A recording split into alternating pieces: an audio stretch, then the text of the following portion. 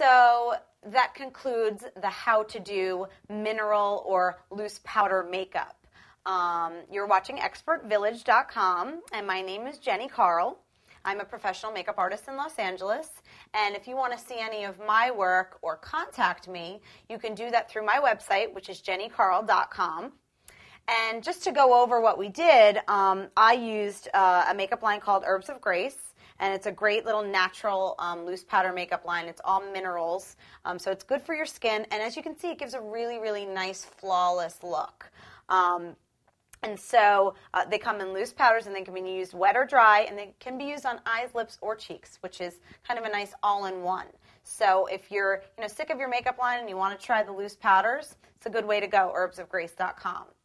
And again, if you have any questions, go to my website, jennycarl.com. That's JENNYKARL.com.